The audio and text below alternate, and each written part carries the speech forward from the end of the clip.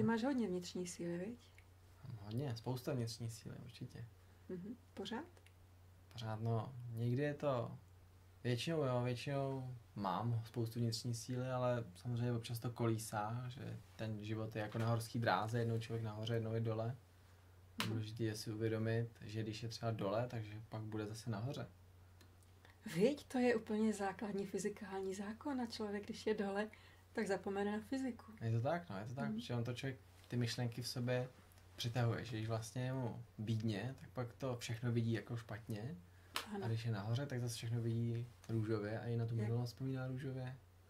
Takže potom si může taky nabít, když všechno vidí růž, jak je potom překvapený, ježišku. No, samozřejmě, protože to má hodně nabito, tak prostě začne být třeba trochu arrogantní, začne si hodně myslet a potom prostě přijde ten pád, no.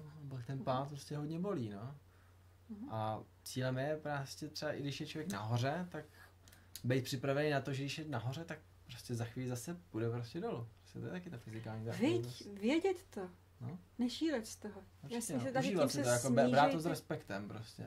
Takže jako teď je nahoře, ale prostě pořád jako určitou pokorou, protože tady ten zákon prostě funguje nad všechno prostě, nad nějaký aroganci nebo nad nějaký nekonečný úspěch, protože to nejde, prostě není nekonečný úspěch.